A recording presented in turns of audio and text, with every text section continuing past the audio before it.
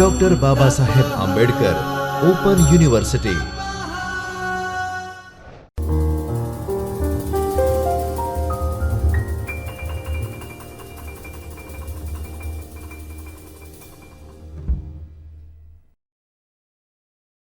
A very pleasant good evening who are currently watching to me. I Pragati Kachi and I welcome you all at Chaitanya Studio of Dr. Baba Saheb Ambedkar Open University, Ahmedabad, Gujarat.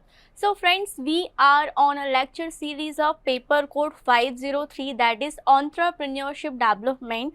Previous video में हमने block number 2 का unit number 4 पढ़ा था। आज की video में हम block number 3 that is organisational planning का unit number 1 that is organisational planning के बारे में समझेंगे। Okay, so as we all know that कि एंटरप्रेन्योरशिप में जो प्रोसेस होती हैं वो मैनेजमेंट की भी प्रोसेस होती हैं, ठीक है।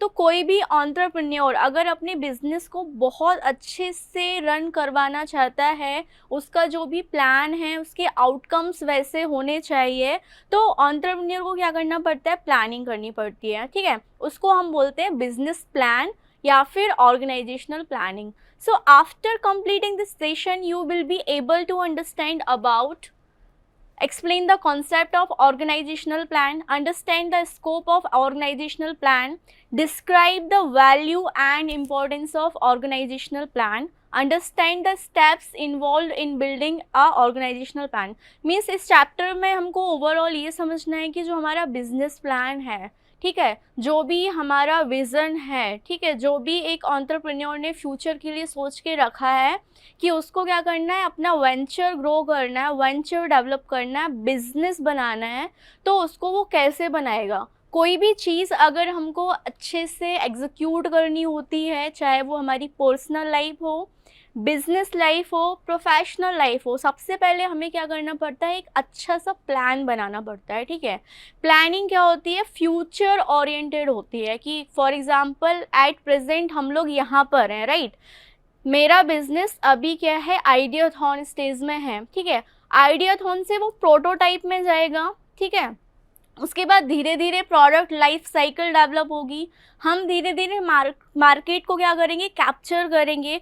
कस्टमर्स की जो नीड्स हैं, जो वांट्स हैं, उनको सेटिस्फाई करने के लिए हमने क्या किया है, अपना प्रोडक्ट कस्टमाइज़ किया है या फिर मार्केट में हम नया प्रोडक्ट लेकर आए हैं। तो ये जो ओवरऑल प्लानिंग होती है, ठीक है, उसी को हम बोलते हैं बिजनेस प्लान, कि हमारे बिजनेस में फ्यूचर में हम क्या करने वाले हैं या फिर हमारा जो विज़न है उसको कंप्लीट करने के लिए हम किस किस स्टेप से होकर गुजरेंगे, कब हमारा कौन सा डिसीज़न लेना हमारे बिजनेस के लिए क्या होगा, फ़ायदेमंद होगा, ये सारी चीज़ें हम बिज़नेस प्लान के अंदर बनाते हैं, ठीक है। तो बेसिकली एक बिज़नेस प्लान होता क्या है, एक बिज़नेस प्लान होता है एक रिटन डॉक्यूमेंट जो हमें एक्सप्लेन करता है बहुत सारी चीज़ें, just like various important steps, क्योंकि आप एंटरप्रेन्योर हो, आपका आइडिया है, आपका बिजनेस है, पैसा आपका लगा है, तो हर स्टेप में आपको कब कौन सा डिसीज़न लेना है, कौन सा डिसीज़न आपके बिजनेस के लिए बेनिफिशियल होने वाला है, ये सारी बातें आप क्या एक बिजनेस प्लान में ड्राफ्ट करते हो, ठीक है। तो वो इम्पॉर्टेंट स्टेप्स कौन कौन से हैं, तो first one is to start और initiate and perform a particular task of a proposed business. जो हमारा प्रपोज्ड बिजनेस है उसमें कौन कौन से टास्क होने वाले हैं, कैसे उनको स्टार्ट करना है, कैसे परफॉर्म करना है, ये सब लिखा हुआ होता है। It provides guidance to project manager. अब देखिए, हम बिज़नेस में काम करते हैं तो हम सारा काम तो नहीं कर सकते, हमें क्या करना पड़ता है, वर्क एलोकेट करना पड़ता है। जैसे हेनरी फेयोल जी ने हमको 14 प्रिंसिपल्स ऑफ मैनेजमेंट बताए थे, जिसमें से एक क्या था, डिवीज़न ऑफ लेबर। आपको काम डिवाइड करना पड़ेगा, तब भी क्या होगी, एफिशिएंसी आएगी आपके बिजनेस में। तो प्रोजेक्ट मैनेजर को अगर हम ये कोई भी टास्क देना है या हमें प्रोजेक्ट मैनेजर से कोई भी काम करवाना है, तो हमें उसको एक बिजनेस प्लान बना कर देना पड़ेगा। Other terms involve such as what is to be performed, हमें इस महीने क्या करना है या फिर अपकमिंग 15 डेज में हमें क्या करना है वो भी हम बिजनेस प्लान में लिखते हैं। When is to be perform, for example हमने 6 मंथ का एक आउटलेट बना लिया, ठीक है, एक आउटलेट डिज़ाइन कर लिया कि हमें हर महीने ये काम करना है अपने बिजनेस में ताकि हमारा बिजनेस क्या करे, ग्रो करे। तो ये सारी चीज़ें हमारे बिजनेस प्लान में होती है। हाउ टू परफॉर्म, अब सारा काम तो एक एंटरप्रेन्योर नहीं कर सकता, इसलिए उसने क्या किया है, डिवीज़न ऑफ वर्क किया है। तो उसने हर एक स्पेशलिस्ट पर्सन को, कोई बंदा सेल्स में अच्छा था तो उसको सेल्स वाला काम दे दिया, किसी की मार्केटिंग की जो पिच है या मार्केटिंग का जो वर्क है वो क्या है, अच्छा है, तो उसको क्या दे दिया हमने, मार्केटिंग का काम दे दिया। तो हमने सेल्स, मार्केटिंग, ये सारी चीज़ें क्या कर दी, अलग अलग लोगों में एलोकेट कर दी एंड हमने उसको समझा दिया कि हमारे बिजनेस का पर्टिकुलर विज़न ये है और आपको कैसे काम करना है वो भी हमने उसको क्या कर दिया, समझा दिया। हु विल परफॉर्म, हमने मैनेजमेंट लेवल पर अलग अलग मैनेजर्स को क्या कर दिया, उनका टास्क असाइन कर दिया कि आपको पर्टिकुलर इसी सेक्टर में काम करना है। एंड अदर एक्टिविटीज़, कि हमारा जो ओवरऑल विज़न है जिसके लिए हम क्या है, टुगेदर एक साथ मिलकर एक कॉमन ऑब्जेक्टिव को अचीव करने के लिए क्या कर रहे हैं, काम कर रहे हैं। तो हमारा कोई भी डिसीज़न, हमारा कोई भी काम या काम करने का तरीका for the welfare of organisation होना चाहिए, हम इसके अगेंस्ट नहीं जाने चाहिए, हम डिस्ट्रैक्ट नहीं होने चाहिए। सो ओवरऑल हमारा बिजनेस प्लान क्या होता है, business plan is a written document explain the various important steps to start और initiate and perform a particular या proposed plan. Okay, I hope आपको बिजनेस प्लान का मतलब समझ में आया होगा। अब हम चलेंगे नेक्स्ट स्लाइड की तरफ। नेक्स्ट स्लाइड में हम समझेंगे business plan as an entrepreneur tools.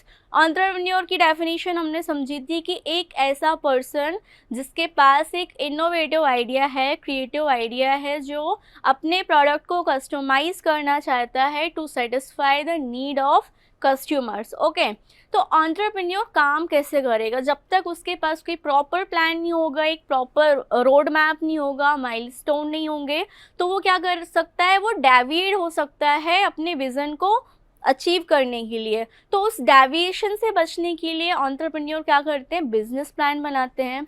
तो बिजनेस प्लान जो है वो एंटरप्रेन्योर्स के लिए एक इम्पॉर्टेंट टूल क्यों है, कैसे उसको हमको पढ़ना है, right.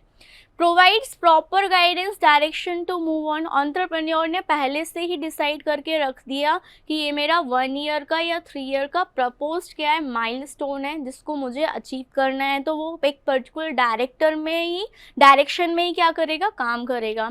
Helps in getting finance, कब कहाँ पर कितना पैसा उसको लगेगा, सोर्सेस ऑफ फंड्स क्या होंगे, एलोकेशन ऑफ फंड क्या होगा, ये सब क्या है उसने पहले से ही डिसाइड करके रख लिया। Business plans helps in proper communication. अगर आपके पास आपके बिजनेस के रिगार्ड्स आपकी अच्छी पिच है या फिर आपने 3 इयर्स का या 5 इयर्स का प्रपोज्ड रोड मैप बनाकर रखा है कि जो आपका विज़न है उसको आप कैसे फुलफिल करने वाले हो, आपके बिजनेस के अंदर कितने लोगों की टीम है, किस पर्सन को आपने कौन सा काम एलोकेट किया है, तो आप इजीली वे में किसी भी पर्सन को, एंजल इन्वेस्टर्स को, वेंचर कैपिटलिस्ट को, या फिर जो आपके स्टार्टअप में इंटरेस्ट लेते हैं या जो आपको फंड देने में इंटरेस्टेड है, उनसे क्या कर पाओगे, प्रॉपर वे में कम्युनिकेट कर पाओगे, right. It helps in deciding budget. अब देखिए बजट कैसे बनता है कि एट प्रेजेंट हम जिस सिचुएशन पर हैं, ये हमारा 1 ईयर का या 6 मंथ का क्या है, प्रपोज जो रोड मैप है, हमको इतना काम करना है, तो इसके लिए कहाँ पर कितना पैसा हम खर्च करेंगे, ठीक है। तो उस कॉस्ट एलोकेशन को हम बोलते हैं budget. Okay, business plan also help in resource planning. अब हमने डिसाइड तो कर लिया कि हम 6 मंथ इस तरीके से काम करेंगे और हमको इतने रिसोर्सेस रिक्वायर्ड होंगे, तो वो रिसोर्स हम कहाँ से लेकर आएंगे, उसके लिए भी प्लान करना पड़ता है, ठीक है। तो बिजनेस प्लान में रिसोर्सेस ऑफ फंड भी होता है, एलोकेशन ऑफ फंड भी होता है, अवेलेबल रिसोर्सेज कितने हैं और कब कौन से रिसोर्स का हम यूटिलाइजेशन करने वाले हैं, वो सारा सब कुछ डिस्क्रिप्शन होता है। It also provides a SW SWOT analysis. SWOT analysis का मतलब होता है strength, weakness, opportunity and threat analysis. चूँकि एंटरप्रेन्योर ऑलरेडी मार्केट रिसर्च कर चुका होता है, उसको पता होता है कि क्या मार्केट गैप है, पुराने जो प्रोडक्ट्स ऑलरेडी मार्केट में अवेलेबल हैं क्या वो कस्टमर्स की नीड को सेटिस्फाई कर पा रहे हैं, कितने परसेंट तक कस्टमर सेटिस्फाइड है और ब्रिज गैप कितना है। तो उसी गैप को वो एक अपॉर्चुनिटी मानता है और उसी अपॉर्चुनिटी का फ़ायदा उठाकर क्या करता है, कस्टमाइजेशन स्टार्ट करता है, क्रिएटिविटी स्टार्ट करता है, या फिर उसके दिमाग में बहुत सारे आइडियाज़ आते हैं कि जो गैप है या फिर जो लूप होल्स हैं वो मेरा स्ट्रेंथ पॉइंट कैसे बन सकता है। ठीक है, तो स्वॉट एनालिसिस में बेसिकली ये देखा जाता है कि मार्केट गैप कितना है, क्या आपके पास जो अवेलेबल रिसोर्स है या फिर जो आपका प्लान है वो उस गैप को फुलफ़िल कर पाएगा कि नहीं कर पाएगा। और उस लूप होल के बेस पे अगर आप कुछ प्रोडक्ट लाना चाहते हो मार्केट में, तो उस प्रोडक्ट की मार्केट में कितने परसेंट डिमांड होने वाली है, आपके बिजनेस के लिए कितनी अपॉर्चुनिटी होने वाली है, क्या similar type of business already market में अवेलेबल है, या फिर जैसे ही आपके कॉम्पिटिटर्स को पता चलता है कि आप मार्केट में एंट्री लेने वाले हो तो क्या आपके लिए वो थ्रेट बन सकते हैं, या फिर आप एक ऐसे इंडस्ट्री से बिलोंग करते हो या ऐसी कंपनी है जिसको मार्केट में कोई नहीं जानता, आप न्यू मार्केट में एंटर्ड हुए हो और जो प्रोडक्ट एंड सर्विसेज आप ऑफर कर रहे हो मार्केट में कस्टमर्स को वो आज तक किसी ने नहीं की, मतलब प्योरली आप क्या हो, न्यू हो, तो आपको थ्रेट नहीं है स्टार्टिंग में। बट आपके जैसा बिजनेस चलाने वाला दूसरा एंटरप्रेन्योर भी जनरेट हो सकता है। तो बिजनेस प्लान में ओवरऑल हम ये सारी बातों का ध्यान रखते हैं। बिजनेस प्लान एंटरप्रेन्योर्स के लिए एक इम्पॉर्टेंट टूल है just because it provides proper guidance, direction to move on, helps in getting finance, helps in proper communication, helps in deciding budget, helps in resource planning, provides SWOT analysis. I hope आपको समझ में आया होगा. So moving to the next slide. Elements of business planning cover. ठीक है, अब business plan हमको बनाना है तो कौन कौन से एलिमेंट्स का हमें ध्यान रखना पड़ेगा। एक ऑफिशियल बिजनेस प्लान अगर हमें बनाना है तो हम कैसे बनाएंगे। ठीक है, तो इसको वन बाय वन समझते हैं। सबसे पहले तो हमें टेबल ऑफ कंटेंट बनाना पड़ेगा, all about your business, your road map, your milestone. उसके बेस पे आप क्या बनाओगे, टेबल ऑफ कंटेंट बनाओगे, राइट। एग्जीक्यूटिव समरी लिखोगे आप, ठीक है, प्रपोज जो आपका प्लान है। इंट्रोडक्शन पेज में आप क्या लिखोगे, ऑल अबाउट योर स्टार्टअप, कि आपका विज़न क्या है, आप क्या काम करना चाहते हो, आप क्या हो, कितने टीम मेंबर्स हैं, ठीक है, और आप कौन सी मार्केट गैप को फुलफ़िल करने वाले हो, क्या आपको अपॉर्चुनिटी दिखी। तो आपको अपने बिजनेस के बारे में बताना है। जैसे हर इंडिविजुअल पर्सन का एक आधार कार्ड होता है, वैसे ही एक बिजनेस का आधार कार्ड हमको लिखना पड़ता है in introduction page. Business descriptions, all about your business, vision, mission, goals, objective, right. Market plan, blueprint of marketing objective. अब जो भी उद्देश्य लेकर आप बिजनेस बनाना चाहते हो, मार्केट में एंटर होना चाहते हो, उसकी मार्केटिंग आप कैसे करोगे, आप लोगों तक अपनी सर्विसेज या प्रोडक्ट कैसे पहुंचाओगे। ठीक है, तो क्या स्ट्रेटजीज आपने बनाई हैं। 4 P's ऑफ मार्केट, जिसका मतलब होता है product, price, place and promotion. इसके लिए आपने क्या सोचा है।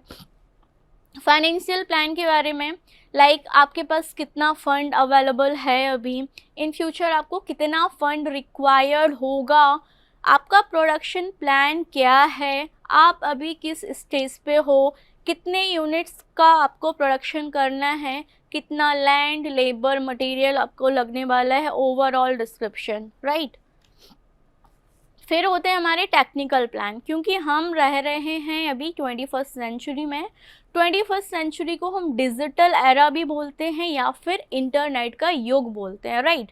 तो आप टेक्नोलॉजी को यूज़ करके अपने प्रोडक्ट का कैसे ब्रांडिंग करोगे, कैसे मार्केटिंग करोगे, क्या टेक्नोलॉजी है आपके बिजनेस मॉडल में, ये सारी चीज़ें क्या होती हैं, बिजनेस प्लानिंग कवर में होती हैं।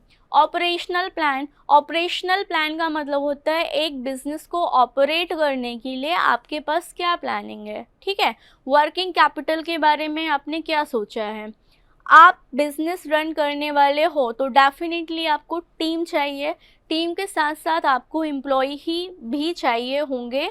तो आपको क्या करना पड़ेगा, एक ह्यूमन रिसोर्स मैनेजर भी रखना पड़ेगा जो क्या करेगा, स्किल्ड फुल एम्प्लॉयज़ को क्या करेगा, अपने ऑर्गेनाइजेशन में लेकर आएगा, ठीक है। फिर आता है हमारा ऑर्गेनाइजेशनल प्लान। अब एक ऑर्गेनाइजेशन को चलाने के लिए डायरेक्टर्स चाहिए, मेंबर्स चाहिए, एम्प्लॉयज़ चाहिए। मींस 3 लेवल ऑफ मैनेजमेंट का जो हमने स्ट्रक्चर समझा था, top level of management, middle level of management and lower level of management. ये तीनों लेवल के मैनेजमेंट में अलग अलग स्किल वाले लोग बैठे हुए होते हैं जिनका काम क्या होता है, टोटली डिफ्रेंशिएटेड होता है। जो टॉप लेवल मैनेजमेंट में बैठे हुए हैं उनका काम क्या है, strategy banana, rules banana, policies banana. Middle level of management में मैनेजर्स होते हैं जिनकी एक पर्टिकुलर सेक्टर में होती है एक्सपर्टीज़। फिर आते हैं हमारे ऑपरेशनल लेवल के लोग जो एक्चुअल काम करते हैं ऑर्गेनाइजेशन में, ठीक है, लाइक फॉरमैन, सुपरवाइजर्स एट्सेट्रा।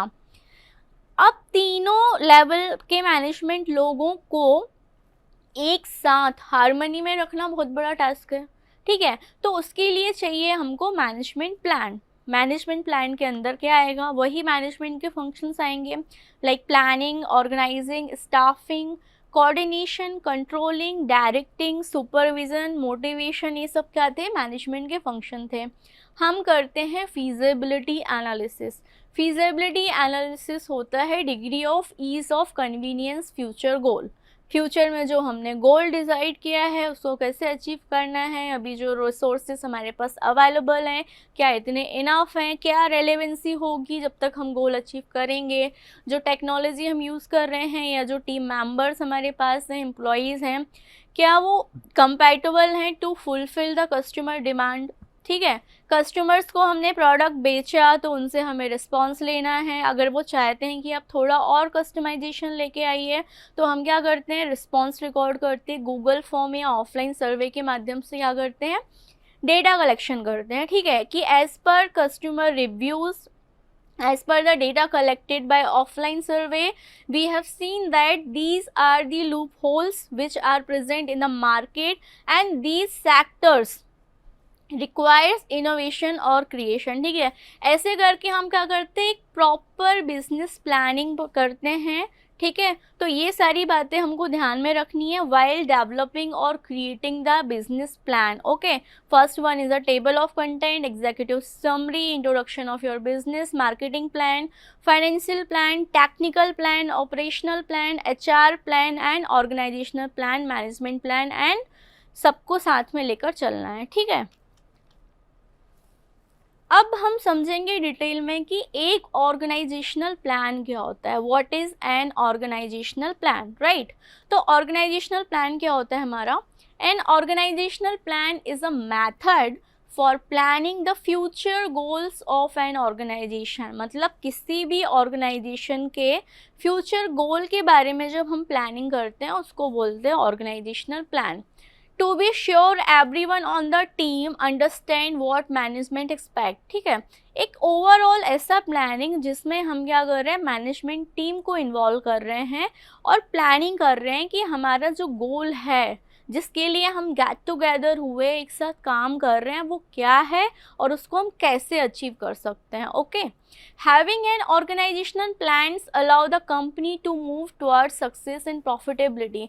अगर किसी भी ऑर्गेनाइजेशन के पास प्रॉपर उसका ऑर्गेनाइजेशनल प्लान है तो वो हेल्प करता है सारे टीम मेंबर्स को, एम्प्लॉयज़ को, इवन जो स्टार्टअप फाउंडर है उसको कहाँ तक पहुँचने के लिए, उसके विज़न तक पहुँचने के लिए, अपने बिजनेस को प्रॉफिटेबल बनाने के लिए। आई होप ऑर्गेनाइजेशनल प्लान का मतलब आपको समझ में आया होगा। ऑर्गेनाइजेशनल प्लान बनाना ज़्यादा मुश्किल नहीं है, ठीक है। ऑर्गेनाइजेशनल प्लान बनाने के लिए हमको कुछ बातों का ध्यान रखना पड़ता है, ठीक है।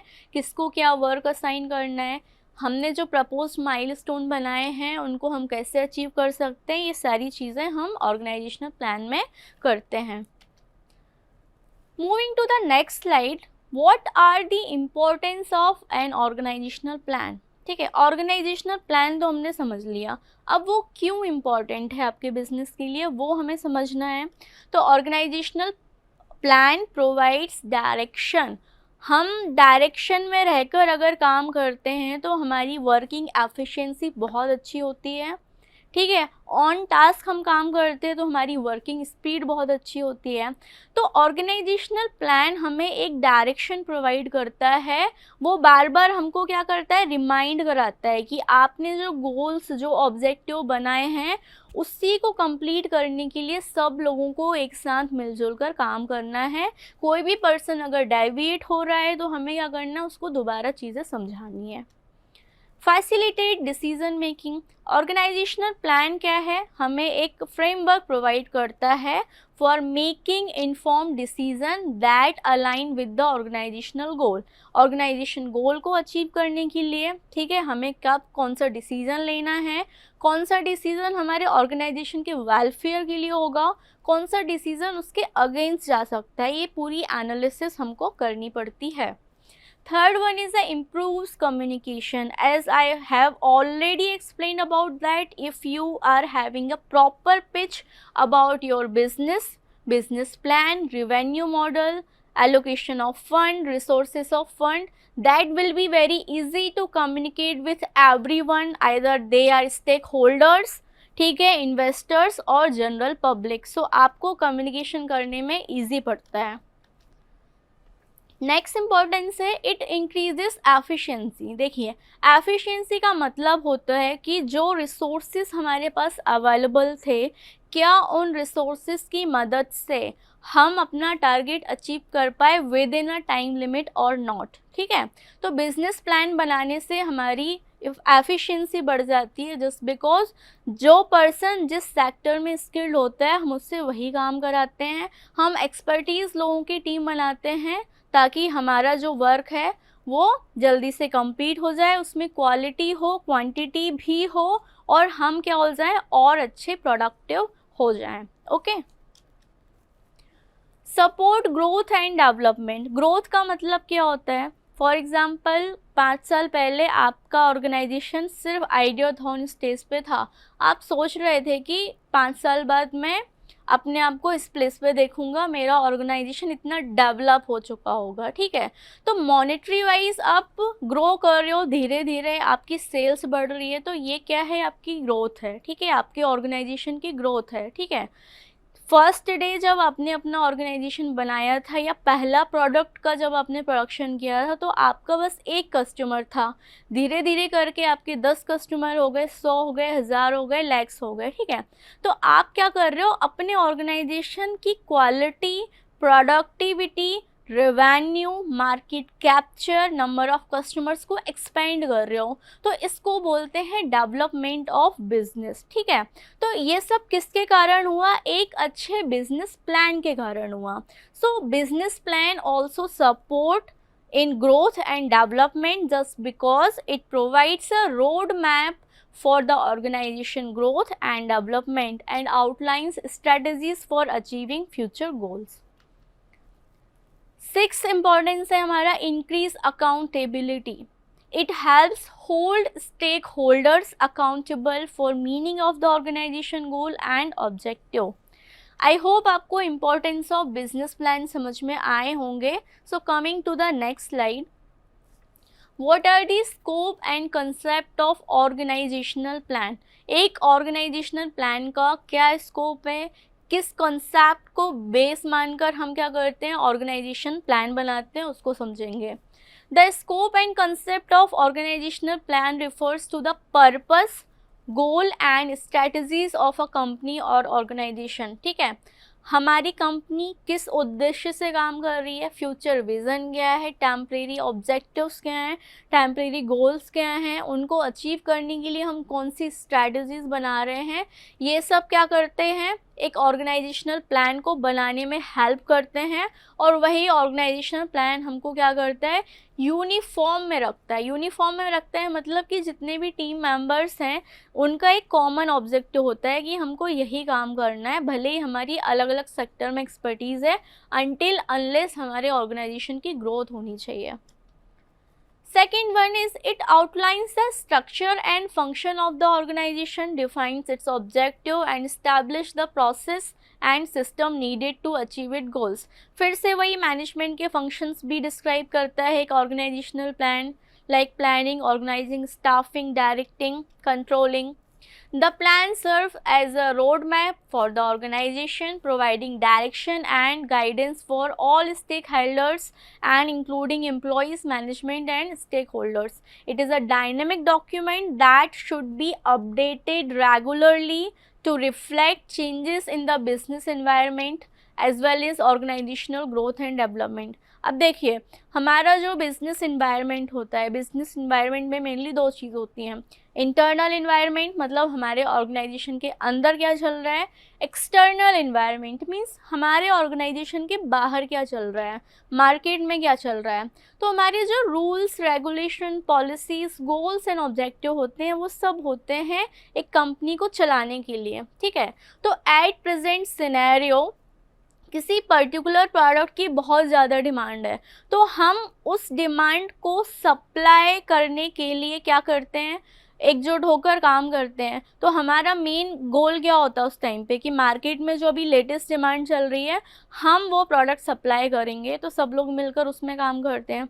After some time due to change in external environment दूसरे प्रोडक्ट की डिमांड आ गई. ठीक है, और आप वो प्रोडक्ट मैन्युफैक्चर नहीं कर रहे हो, ठीक है, लेकिन आपको सेल करना है वो प्रोडक्ट, तो आप क्या करोगे, बिजनेस टू बिजनेस में जाओगे, आप कहीं से ख़रीद के सप्लायर बन जाओगे. तो हमारे जो गोल्स एंड ऑब्जेक्टिव्स होते हैं वो टेम्परेरी होते हैं, 3 मंथ के या 6 मंथ के. ठीक है, तो ऑर्गेनाइजेशनल प्लान में अगर हमारे ऑब्जेक्टिव्स एंड गोल्स फिक्स्ड हैं for the short term period तो हम क्या कर सकते हैं, बहुत अच्छे से सेल्स ले सकते हैं. ओके, अब हम बात करेंगे कि बिज़नेस प्लान बनाते कैसे हैं हम. ठीक है, बिज़नेस प्लान बनाने के लिए हमें क्या क्या करना पड़ता है. तो बिज़नेस प्लान बनाने के लिए सबसे पहले हमें करना पड़ता है प्रीलिमिनरी इन्वेस्टिगेशन. प्री का मतलब होता है पहले, प्रिलिमिनरी का मतलब होता है कि सबसे पहले हमने क्या ऑब्ज़र्व किया. सबसे पहले इन्वेस्टिगेशन का मतलब होता है हमने छानबीन करी कहाँ पर, ऑर्गेनाइजेशन के अंदर एज वेल एज मार्केट में, कि क्या लेटेस्ट डिमांड आ सकती है. ठीक है, और हम कैसे इस चीज़ का फ़ायदा उठा सकते हैं. ठीक है, प्रिलिमिनरी इन्वेस्टिगेशन को हम मार्केट रिसर्च भी बोलते हैं. ठीक है, तो जब हम प्रिलिमिनरी इन्वेस्टिगेशन करते हैं या मार्केट रिसर्च करते हैं तो हमारे दिमाग में आता है आइडिया. तो आइडिया जनरेशन होती है सेकेंड प्रोसेस. ठीक है, वो आइडिया हमारे पास आया, उसके बाद थर्ड प्रोसेस होती है इन्वायरमेंट स्कैनिंग. इन्वायरमेंट स्कैनिंग मतलब external environment plus internal environment. External मतलब जो मार्केट में चल रहा है ऑर्गेनाइजेशन के बाहर, इंटरनल का मतलब होता है हमारे पास हमारी जो स्ट्रेंथ है, वीकनेस है, क्या अपॉर्चुनिटीज़ हम देख सकते हैं मार्केट में, जो रिसोर्सेज अवेलेबल हैं वो कैसे हैं, उनको हम कैसे प्रॉपर यूटिलाइज कर सकते हैं. ठीक है, उसके बाद करते हैं फीजिबिलिटी एनालिसिस जिसमें हम रेलेवेंसी चेक करते हैं. ठीक है, उसके बाद बनाते हैं हम फंक्शनल प्लान. ठीक है, कि मेरे पास 5 डिपार्टमेंट के एक्सपर्टीज़ लोग हैं, एक का काम है सेल्स इंक्रीज़ करना, दूसरे का काम है मार्केटिंग करना, वो ऑफलाइन मार्केटिंग भी हो सकती है, सोशल मीडिया मार्केटिंग भी हो सकती है. ठीक है, थर्ड पर्सन बैठा है वो प्रोडक्शन में, उसकी क्या एक्सपर्टीज़ है, उसको पता है कि कितना लैंड, लेबर, रॉ मटेरियल लगेगा, कितना किसको ऑप्टिमम लेवल तक यूटिलाइज़ करना है ताकि मेरी इतनी नंबर ऑफ़ यूनिट्स क्या हो जाएं, बन जाएं. ठीक है, फाइनेंस एक्सपर्ट्स बैठे हुए हैं. तो अलग अलग जो फंक्शनल प्लान होते हैं, जो डिपार्टमेंटल मैनेजर्स होते हैं, हम डिसाइड करते हैं कि किसको क्या काम देना है, कितने समय तक देना है. ठीक है, उसके बाद बनता है हमारा प्रोजेक्ट रिपोर्ट कि अनटिल अनलेस अब हमको ये टारगेट है 6 मंथ हमको इसी चीज़ पे काम करना है, हमने एक प्रोजेक्ट बना लिया, सब लोग को इसी डायरेक्शन में काम करना है. ठीक है, प्रोजेक्ट रिपोर्ट बनाने के बाद हम उसको इवैल्यूएट करते हैं. ठीक है, रिव्यू मांगते हैं हमारे टीम मेंबर्स से, क्योंकि हमें जो भी डिसीजंस लेना है सबसे पूछ कर लेना है, सबका क्या लेना है, हमको सबकी राय लेनी है. ठीक है, फिर जो हम प्लान करते हैं कि ये हमारा पर्टिकुलर प्रोजेक्ट है जिस पे हमें काम करना है 3 मंथ और 6 मंथ. ठीक है, प्लानिंग कर ली, फिर से इसमें मैनेजमेंट के फंक्शंस आ गए. प्लानिंग कर ली, ऑर्गेनाइज कर लिया, सबको वर्क एलोकेट कर दिया, कितना फ़ंड लगेगा, कितना फ़ंड है, हमने बजटिंग भी कर ली। फिर हम करते हैं कंट्रोलिंग प्रोसेस, मतलब जैसा सोचा क्या वैसा ही काम हो रहा है। 1 महीने बाद हम क्या करते हैं, कंट्रोलिंग करते हैं, कंपैरिजन करने लगते हैं स्टैंडर्ड परफॉर्मेंस से और हमारी जो परफॉर्मेंस चल रही है उसके साथ, कि हमको अभी कितना ज़रूरत है कि हम अपने आप की जो स्किल्स है उनको फर्निश करें, क्या हम कैपेबल हैं अभी जितने लोग काम कर रहे हैं, क्या हमें आउटसोर्सिंग करनी चाहिए, क्या पार्टनरशिप करनी चाहिए, क्या फ़ंड इंक्रीज़ करना चाहिए, कि ये सब क्या करते हैं हम सोचते हैं। आई होप आपको प्रोसेस समझ में आई होगी। So coming to the next slide, the business planning process typically involves the following step. अभी तो हमने ऊपर ऊपर से समझ लिया, अब इसको थोड़ा सा क्या करेंगे, डिटेल में समझेंगे। Okay, conduct market research. कोई भी पर्सन एंटरप्रेन्योर तभी बनता है जब वो क्या होता है, एक विजनरी पर्सन होता है, एक्स्ट्रा ऑर्डिनरी पर्सन होता है। उससे वो सारी चीज़ दिखती हैं जो एक ऑर्डिनरी पर्सन को नहीं दिखती। क्यों? क्योंकि वो करता है मार्केट रिसर्च। ठीक है, तो मार्केट रिसर्च क्या होती है, gathering information about the target market, competitions and industry trends to inform and develop a business plan. एक पर्सन जो थोड़ा सा एनालिटिकल है, ठीक है, उसको डीप स्टडी करने की आदत है, उसको कॉज एंड इफेक्ट करने की आदत है, और वो हमेशा यही एनालाइज करता है कि जो रिसोर्सेस अवेलेबल हैं, क्या इसका कोई दूसरा सब्स्टिट्यूट हो सकता है, क्या मैं थोड़ी सी और क्रिएटिविटी कर सकता हूँ। तो ऐसा पर्सन हमेशा क्या करता है, मार्केट रिसर्च करता है, वो गैप ढूंढने की कोशिश करता है कि जो रिसोर्सेस अभी अवेलेबल हैं और जो ऑलरेडी सप्लायर्स हैं इस मार्केट में, क्या कस्टमर उनके प्रोडक्ट एंड सर्विसेज से सेटिस्फाइड हैं। अगर नहीं है तो उनको दिख जाता है गैप, और उसी गैप को वो क्या मान लेते हैं, एक अपॉर्चुनिटी मान लेते हैं, और उसी अपॉर्चुनिटी पे वो क्या करते हैं, काम करते हैं, अपना बिजनेस प्लान बनाते हैं। आई होप मार्केट रिसर्च का मतलब आपको समझ में आया होगा। सेकेंड प्रोसेस होती है डिफाइन बिजनेस ऑब्जेक्टिव। ठीक है, अपॉर्चुनिटी आपने आइडेंटिफाई कर ली, आपको लूप होल्स पता चल गए, मार्केट गैप भी पता चल गया, कितने सप्लायर्स हैं अभी वो भी आपको पता चल गए, और आपने एक इनोवेटिव आइडिया भी अपने दिमाग पर ले आए और आप उस पर क्या करना चाहते हो, काम करना चाहते हो। तो काम करने के लिए आपको गोल डिसाइड करना पड़ेगा, ऑब्जेक्टिव्स डिसाइड करना पड़ेंगे। ठीक है, तभी आप क्या कर पाओगे, प्रॉपर बिजनेस प्लान कर पाओगे। थर्ड होता है डेवलप अ स्ट्रैटेजी। स्ट्रैटेजी का मतलब क्या होता है, what is the basic difference between planning and strategy. Planning में बेसिकली हम प्लान करते हैं, फ्यूचर ओरिएंटेड, ऐसा करेंगे, ऐसा होगा तो ऐसा होगा, राइट। स्ट्रैटेजी में करना ही है, कुछ भी हिंड्रेंस आए, कुछ भी बैरियर्स आए, हमको क्या करना है, ये टारगेट अचीव करना है, उसको हम बोलते हैं स्ट्रैटेजी। ठीक है, बिजनेस डेवलपमेंट, बिजनेस ग्रोथ के लिए, लॉन्ग टर्म के लिए लिए गए डिसीजन को हम बोलते हैं स्ट्रैटेजी। ठीक है, strategy determines the approach the business will take to achieve its objective, including the marketing and sales strategies and how resources will be allocated. अब कोई भी स्ट्रेटजी बनाने के लिए सबसे पहले हमें क्या करना पड़ता है, इंटरनल इन्वायरमेंट स्कैनिंग करनी पड़ती है। इंटरनल स्कैनिंग का मतलब होता है कि आपका जो ऑर्गेनाइजेशन है, ठीक है, फॉर एग्जांपल आपके जो एसेट्स हैं, एसेट्स कैसे बनते हैं, कोई भी एंटरप्रेन्योर अपना पूरा पैसा तो लगाता नहीं है, ठीक है, तो उसने थोड़ा बहुत अपना पैसा लगाया होता है, उसको हम बोलते हैं इक्विटी, और उसने दूसरे से पैसा मांग के लगाया होता है, ठीक है, तो उसको हम क्या बोलते हैं, बोरोड कैपिटल या कैपिटल। ठीक है, तो इक्विटी एंड कैपिटल को जब हम मर्ज करते हैं तब बनते हैं हमारे एसेट्स। ठीक है, तो हमको पता है हम कितने गहरे पानी में हैं, लेकिन हमको तो सेल्स बढ़ानी है। अब सेल्स घर बैठे तो बढ़ेगी नहीं, ठीक है, जैसे आपका ऑर्गेनाइजेशन काम कर रहा है, वहाँ के लोग काम कर रहे हैं, आपकी सेल्स है मीडियम, लेकिन आपको स्ट्रेटजी बनानी है कि हमें इस महीने की सेल्स 30% से बढ़ानी है। तो सबसे पहले करनी पड़ेगी मार्केटिंग।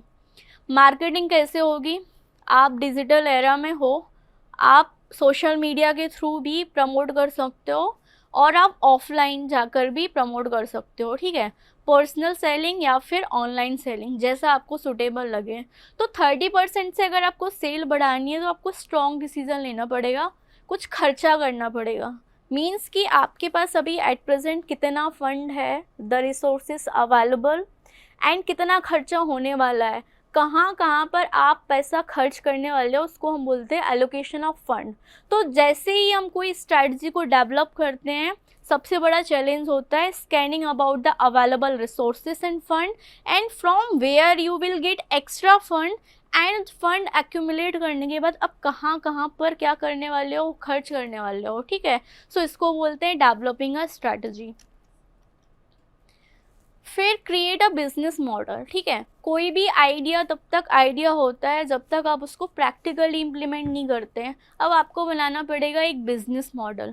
बिजनेस मॉडल मतलब आप लोगों को समझाओगे कि आप पैसे कैसे कमाओगे। Okay, business model is a outline how the business will generate revenue, कि आपका बिजनेस, ठीक है, पैसा कैसे कमाएगा। It also include the pricing strategy and how the business will reach target market. आप पैसे तब कमाओगे ना जब आप टारगेट मार्केट तक पहुंचोगे। इसको एक एग्जांपल से समझते हैं कि फॉर एग्जांपल डेम्स का स्टार्टअप है मेरा, that is digital education management system. ठीक है, तो नाम से ही पता चल रहा है कि मैं डिजिटली एक एजुकेशनल प्लेटफॉर्म बनाना चाहती हूँ। तो मेरे जो टारगेट कस्टमर होंगे या मेरा टारगेट मार्केट होगा वो कौन होगा, जो इंटरनेट को समझता हो, इंटरनेट यूज़ करता हो, उसके जेब में इतने पैसे हों कि वो इंटरनेट को यूटिलाइज कर सके in the direction of education. ठीक है, तो मैं जब तक टारगेट मार्केट तक नहीं पहुंचूंगी, लोग मेरा सब्सक्रिप्शन नहीं लेंगे, मेरा प्रोडक्ट या मेरी सर्विसेज नहीं लेंगे, तो सेल्स नहीं होगी ना। तो पहला हिंड्रेंस होता है कि हमने जो बिज़नेस मॉडल बनाया उसमें हमारा टारगेट मार्केट क्या है, टारगेट मार्केट के अंदर कस्टमर्स कितने हैं और हम उनको कैसे रीच आउट कर सकते हैं।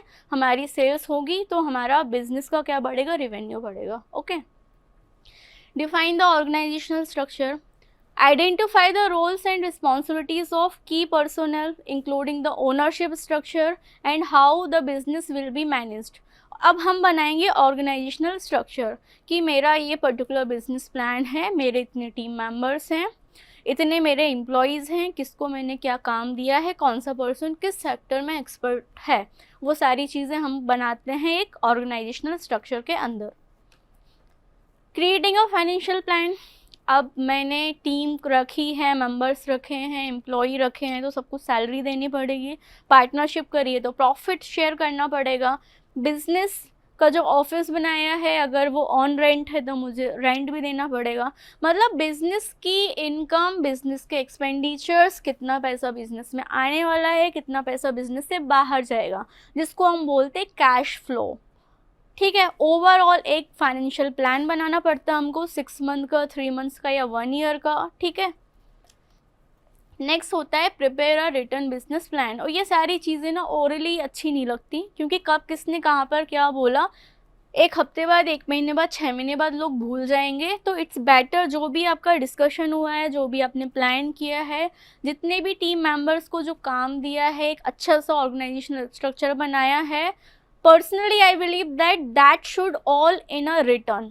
ठीक है, रिटर्न चीज़ें लिखने से फ़ायदा ये होता है कि एक स्टोरेज हो जाता है। ठीक है, हमारे पास लुक बैकअप ऑप्शन होता है कि हम पीछे मुड़ के देख सकते हैं हमने किसको क्या काम दिया है, किससे कितनी सैलरी की बात की है, किससे कितने % पार्टनरशिप की बात की। ये सारी चीज़ें अगर हमारे रिटर्न डॉक्यूमेंट में होती हैं तो फ्यूचर में कॉन्फ्लिक्ट्स होने के चांसेस कम होते हैं।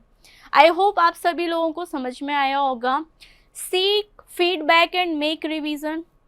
अगर आपके पास business plan in written form है तो आप क्या कर सकते हो, कंपैरिजन कर सकते हो कि जैसा हमने प्लान किया था कि हम उसी डायरेक्शन में जा रहे हैं, डेविएट तो नहीं हो रहे हैं। ठीक है, अगर हमें किसी से एक्सपर्ट पर्सन की एडवाइस लेने की ज़रूरत है, मेंटरशिप लेने की ज़रूरत है, तो हम क्या करते हैं, इंडस्ट्री एक्सपर्ट के पास जाते हैं, उनसे सारी चीज़ें डिस्कस करते हैं और कुछ भी करेक्शन करना होता है तो हम करते हैं। Implement the plan. Expertise person ने अपने पर्सनल या प्रोफेशनल एक्सपीरियंस के बेस पे आपको बोल दिया कि यू आर गोइंग गुड ठीक है, आपका डायरेक्शन अच्छा है, प्लान बहुत अच्छा है, थोड़ा सा करेक्शन था, वो आपको क्या करेगा, चॉइस देगा। अगर आप इस करेक्शन के थ्रू जाएंगे तो मे बी फ्यूचर आउटकम्स अच्छे होंगे। ठीक है, आपने सब कुछ समझ लिया, सुन लिया, उसके बाद आप क्या करना चाहते हो, अपने ओवरऑल प्लान को इम्प्लीमेंट करना चाहते हो। ठीक है, उसके बाद आपने फ़ंड एलोकेट कर दिया, रिसोर्सेज ऑफ फंड से पैसा ले लिया, कहाँ कहाँ पर पैसा खर्च करना था आपने कर दिया। उसके बाद आप क्या करोगे, मॉनिटर करोगे, देखोगे कि हमारा जो काम है वो प्लानिंग के हिसाब से हो रहा है कि नहीं। आई होप आपको सारी चीज़ें समझ में आई होंगी। प्रीलिमिनरी इन्वेस्टिगेशन में हम क्या करते हैं उसको थोड़ा सा डिटेल में समझते हैं। प्रीलिमिनरी इन्वेस्टिगेशन में हम क्या करते हैं, review the existing business plan. पुराने लोगों के ऊपर क्या करते हैं, केस स्टडी करते हैं, उनका बिजनेस प्लान क्या था।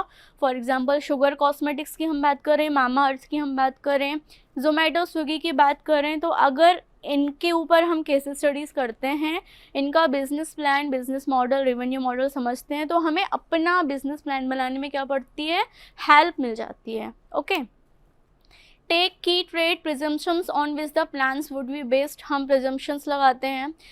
Check the outside environment and inner environment to survey, हम कितने गहरे पानी में हैं, that is our internal environment. Market में क्या चल रहा है, क्या डिमांड है, क्या हम वो डिमांड को फुलफ़िल कर सकते हैं, एक अच्छे सप्लायर बन सकते हैं, वो सब हम चेक करते हैं। ठीक है, qualities, shortcomings, opening, damages, ठीक है, कैसे काम करेंगे, वो सारी चीज़ें हम डिस्कस करते हैं। आइडिया जनरेशन में हम क्या करते हैं, the various methods of generating new idea. अब देखो, ऐसा तो पॉसिबल नहीं है कि कोई इंसान सुबह सोकर उठे एकदम से उसके पास आइडिया आ जाए, तो दिस इज़ नॉट पॉसिबल। अगर किसी को ऐसे आइडियाज़ आते हैं तो भाई उसमें आपको डीप एनालिसिस करने की ज़रूरत है। तो आइडिया जनरेशंस की बहुत सारी मैथड होती हैं, वन बाय वन हम समझेंगे आइडिया जनरेशन की मैथड्स क्या हैं। First one is a brain storming, analytical thinking जिसको हम बोलते हैं। दूसरा होता है ग्रुप डिस्कशन। ठीक है, आप बहुत ज़्यादा एनालिटिकल पर्सन हो, हर एक चीज़ को क्या करते हो, एनालाइज करते हो। ठीक है, डीप में स्टडी करते हो, अपने दिमाग को आप यूटिलाइज करना चाहते हो जैसे आइंस्टाइन करता था। ठीक है, लेकिन उसके बाद भी आपको लगता है कि मैं जैसा सोच रहा हूँ ऐसा सामने वाला भी सोचता है क्या, एक बार उससे डिस्कशन कर लेते हैं। तो आप अपने ग्रुप में डिस्कशन करते हो। डिस्कशन का सबसे बड़ा प्रॉफिट ये है कि आपकी कॉग्निटिव एक्सरसाइज हो जाती है। जो चीज़ आप अकेले बैठ के नहीं सोच पाते हो वो ग्रुप में रहकर सोच लेते हो। ठीक है, जो बेस्ट ऑल्टरनेटिव आप अकेले रहकर डेवलप नहीं कर पा रहे होते हो वो आप ग्रुप में इजीली कर लेते हो। ठीक है, तो आइडिया जनरेशन की कुछ मेथड्स हैं। First one is a brainstorming, second one is a group discussion, third one is a data collection. ठीक है, आप क्या कर रहे हो, डेटा कलेक्ट करना चाहते हो, आपने गूगल फॉर्म बना लिया, क्योंकि हम तो डिजिटल एरा में रह रहे हैं। फटाफट हम गए, अपना जीमेल अकाउंट खोला, गूगल फॉर्म बना लिया, 10 से 15 क्वेश्चंस हमने बना लिए, गूगल फॉर्म की लिंक हमने व्हाट्सएप पे शेयर कर दी। ठीक है, हमने सबको बोल दिया जिसके मोबाइल में जितने भी व्हाट्सएप ग्रुप में सब में लिंक डाल दो। मुझे क्या करना है, डेटा कलेक्ट करना है, 10-15 क्वेश्चंस को आंसर करने में हार्डली 5 मिनट लगेंगे। ठीक है, या फिर आपने सोचा नहीं, मैं तो फेस टू फेस कस्टमर से ही बात करूँगा, ऑफलाइन क्वेश्चनायर्स लेकर जाऊँगा। ठीक है, ऑफलाइन क्वेश्चनायर्स लेकर जाऊँगा तो मुझे उसके फेशियल गेस्चर्स, उसकी पर्सनालिटी, द वे ही और शी टॉक, उसका पिच क्या है, वो क्या सोचता है, थोड़ा बहुत मैं फेस रीडिंग करके भी क्या कर लूँगा, डेटा कलेक्शन कर लूँगा। ठीक है, तो आप आइडिया कैसे जनरेट कर सकते हो, या तो ब्रेन स्टॉर्मिंग मेथड से करो, या फिर आप ग्रुप में डिस्कशन करो, या फिर आप डेटा कलेक्शन करो। ठीक है, आप किसी पर्टिकुलर बिजनेस या इंडस्ट्री के ऊपर भी रिसर्च कर सकते हो, वहाँ पर जाकर इंटरव्यू कंडक्ट कर सकते हो, कंपनी से बात कर सकते हो, डीलर से बात कर सकते हो, इवन रिटेलर पर्सन, जो सप्लाई चेन मैनेजमेंट में जितनी भी फैक्टर्स कंपोनेंट इन्वॉल्व होते हैं, आप किसी को भी अप्रोच करके क्या कर सकते हो, डेटा कलेक्शन कर सकते हो। उसके बाद बेस्ट आइडिया को आप क्या कर सकते हो, डेवलप कर सकते हो। Invitation of ideas through advertisement, mails and internet, startupindia.com website पे आपने देखा होगा, उसमें ये बहुत अच्छा फीचर्स है कि आप क्या कर सकते हो, इनवाइट कर सकते हो लोगों को। इवेंट बीप करके एक एप्लीकेशन होता है जिसमें आप बहुत अच्छे प्रोफेशनल्स, एक्सपर्टीज़ लोगों से कनेक्ट हो सकते हो, उनसे क्या कर सकते हो, राय ले सकते हो, परामर्श ले सकते हो, गाइडेंस ले सकते हो। ठीक है, तो आप आइडिया को इनवाइट भी कर सकते हो कोई भी मीडियम से, लाइक इंटरनेट या एडवर्टाइजमेंट। न्यूज़पेपर में आपने सुना होगा कंटेंट राइटर्स की ज़रूरत है, मेंटोर्स की ज़रूरत है, ठीक है। या आप किसी एक पर्टिकुलर पर्सन को जानते हो कि वो उसकी एनालिटिकल स्किल्स बहुत अच्छी हैं और आपको एक आइडिया डेवलप कराने में वो हेल्प कर सकता है, तो आप डायरेक्टली क्या कर सकते हो, अप्रोच कर सकते हो। Value addition to the current product and services, उसके माध्यम से भी आप अपना आइडिया जनरेट कर सकते हो। मार्केट रिसर्च तो बहुत बढ़िया आइडिया है, ठीक है। तो आइडिया जनरेशन को हम एक बार फिर से समझेंगे। आइडिया कैसे जनरेट होता है? There are various methods of generating new ideas. The first one is a brainstorming, second one is a group discussion, third one is a data collection through questionnaires from direct customers और online surveys, invitation of ideas through online mediums or offline mediums, value addition to the correct products and market research. I hope आपको idea generation समझ में आया होगा. So coming to the next slide. Next slide में हम समझेंगे कि environmental scanning क्या होती है. Basically we already know about that there are two types of environment. First one is a external environment, second one is a internal environment. Okay. तो external environment में क्या होता है? एक्सटर्नल मतलब बाहर का, ठीक है। बाहर का मतलब हमारे ऑर्गेनाइजेशन से बाहर, राइट। तो हम जैसे ही अपने ऑफिस या कंपनी से बाहर जाएंगे तो सोसाइटी देखेगी हमको, उसको बोलते हैं socio cultural examination. Technological examination, technology daily change हो रही है, नए नए सॉफ्टवेयर्स आ रहे हैं, एप्लीकेशन आ रहे हैं, हर सॉफ्टवेयर एप्लीकेशन की यूटिलिटी डिफरेंट है। इकोनॉमिक एग्जामिनेशन, हमारा पॉलिटिकल स्ट्रक्चर क्या है, डेमोक्रेटिक है। माननीय श्री नरेंद्र मोदी जी जो हमारे देश के प्रधानमंत्री हैं, वो बहुत सारी नई नई योजनाएं लेकर आते हैं, ठीक है। अभी फरवरी में यूनियन बजट आया था जिसमें इंक्लूसिव डेवलपमेंट की बात हुई थी। Agriculture sector, education sector, health sector पे ज़्यादा फोकस किया गया है। गवर्नमेंट के पास जो पैसे थे या सोर्सेस ऑफ फंड हैं, वो फंड एक्यूमुलेट करने के बाद गवर्नमेंट कहाँ कहाँ पर डिस्ट्रीब्यूट करना चाहती है, किस स्कीम या योजना के थ्रू या स्कॉलरशिप माध्यम के थ्रू गवर्नमेंट क्या करने वाली है, पैसे खर्च करने वाली है। तो ये सब होती हैं इकोनॉमिक एक्टिविटीज़। डेमोग्राफिक एवल्यूएशन की, हमारी जो कंट्री है वो बहुत बड़ी क्या है, डेमोक्रेटिक कंट्री है, और डेमोग्राफी के नाम पर भी अगर देखा जाए तो हमारे इंडिया का कल्चर अलग अलग है, अलग अलग है। लाइक एमपी चले जाओ आप, छत्तीसगढ़ चले जाओ, गुजरात चले जाओ, बैंगलोर चले जाओ, south India, waste India, north India, आप कहीं पे भी जाओगे तो आपको क्या दिखेगा, अलग ही चीज़ें दिखेंगी। वहाँ का रहन सहन अलग है, काम करने का तरीका अलग है, प्रोडक्ट्स की प्राइसिंग भी अलग है जो नॉन ब्रांडेड प्रोडक्ट्स होते हैं, तो कल्चर अलग है, लोगों की चॉइसेस अलग हैं। तो ये सब चीज़ें हमें एक्सटर्नल इन्वायरमेंट में क्या करनी पड़ती हैं, एनालाइज करनी पड़ती हैं, ठीक है। फिर आता है हमारा इंटरनल इन्वायरमेंट। इंटरनल इन्वायरमेंट का मतलब होता है ऑर्गेनाइजेशन के अंदर, ठीक है। फॉर एग्जांपल हमारा मैन्युफैक्चरिंग यूनिट है तो रॉ फैब्रिक कितना है, प्रोडक्शन ऑपरेशंस के बारे में हम सोचेंगे, फाइनेंस कितने पैसे हैं, कितने और पैसे की ज़रूरत है, और पैसे कहाँ कहाँ पर खर्च करने हैं।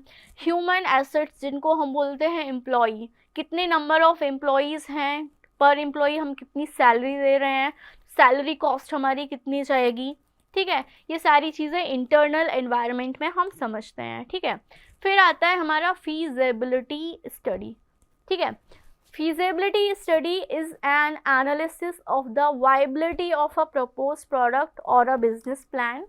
It involves researching and evaluating the potential success of the proposed venture and assessing the resource required to bring it to furnish, ठीक है। कितने सोर्सेस हैं, ठीक है, हम काम कर रहे हैं, कितना हमने क्या किया, कैप्चर कर पाया हमारे प्लान को, हमारे 10 माइलस्टोन थे उसमें से कितना हमने अचीव कर पाए, ठीक है। द स्टडी में include market analysis, operational and financing planning and risk assessment. क्या फाइनेंशियल प्लान था हमारा, क्या रिस्क था, रिस्क को हमने ओवरकम कैसे किया, ठीक है। ये सारी चीज़ें हम करते हैं फीजिबिलिटी स्टडी में। The purpose of feasibility study is to determine whether a proposed business plan is feasible, realistic, relevant and worthful, and to identify any potential roadblocks before investing significant time and resource. Overall हमने study कर ली, evaluate कर लिया, ठीक है। अब हमने काम कैसे किया, प्रोजेक्ट बनाकर ही किया ना। अगर जब तक हमारे हाथ में एक अच्छा सा प्रोजेक्ट नहीं होगा, हमारे पास रोड मैप नहीं होगा, तो हम काम कैसे करेंगे। तो एक project report development and project development में क्या डिफरेंस है। मेन डिफरेंस ये है कि प्रोजेक्ट हमने बना लिया, ठीक है, कुछ मेजरमेंट लेबल्स थे, कुछ टेबल ऑफ कंटेंट थे, उसको हमने बोल दिया प्रोजेक्ट डेवलपमेंट। अब प्रोजेक्ट बना लिया, प्रोजेक्ट पे काम कर रहे हैं, प्रोजेक्ट अबाउट टू फिनिश, ख़त्म होने वाला है, टेन्योर भी कंप्लीट होने वाला है, तो हमने 6 महीने 3 महीने क्या काम किया, उसको बोलते हैं प्रोजेक्ट रिपोर्ट या project report development. Cover sheet होगी, टेबल ऑफ सब्सटेंस होंगे, एग्जीक्यूटिव ऑनलाइन आउटलाइंस होंगी हमारी, द ट्रेड्स, फंडिंग रिक्वायरमेंट, कितने फंड की ज़रूरत थी, कितना फंड हमने कहाँ पे यूज़ किया, कितने प्रोडक्ट्स का प्रोडक्शन हुआ, कितने प्रोडक्ट्स की सेलिंग हुई, क्या प्लान था हमारा, कौन कौन से क्रिटिकल रिस्क थे, ठीक है, एग्जिट स्ट्रैटेजी क्या थी रिस्क को ओवरकम करने के लिए, ओवरऑल हमने काम कैसे किया, कितना % हमने टारगेट अचीव किया, किस पे क्या ज़रूरत है, हमने कंट्रोलिंग प्रोसेस के थ्रू स्टैंडर्ड परफॉर्मेंस से एक्चुअल परफॉर्मेंस को क्या कर लिया, कंपैरिजन कर लिया, ठीक है। ओवरऑल हमने एक समरी बना दी, उसको हमने बोल दिया प्रोजेक्ट रिपोर्ट, ठीक है। प्रोजेक्ट रिपोर्ट का ये हमारा फॉर्मेट है। इस चैप्टर को समझने के लिए आपको कुछ छोटे छोटे टर्म्स का मतलब समझ में आना चाहिए, तभी आप क्या कर पाओगे, अच्छे से सब्जेक्ट को या इस चैप्टर को समझ पाओगे। So these are the glossary words and vocabulary. Dissolve का मतलब होता है क्लोज डाउन और डिसमिस, मतलब बंद कर दो या ख़त्म कर दो, ठीक है। फीजिबिलिटी का मतलब होता है द स्टेट और डिग्री ऑफ बीइंग ईजिली और कन्वीनियंटली डन, कितने अच्छे और आसान तरीके से हम अपना काम कर सकते हैं। कॉम्प्राइजेस का मतलब होता है consist of, be made up of, और इनलिस्ट का मतलब होता है इनरोल और to be enrolled in the armed services, ठीक है। I hope you like my explanation way. आपको ये चैप्टर समझ में आया होगा। For further any query and doubts you can mail us at pragati.kachi@bau.edu.in. Have a knowledgeable day ahead. Thanks for watching my video. We will meet you soon in a next video lecture. स्वाध्यायः परमं तप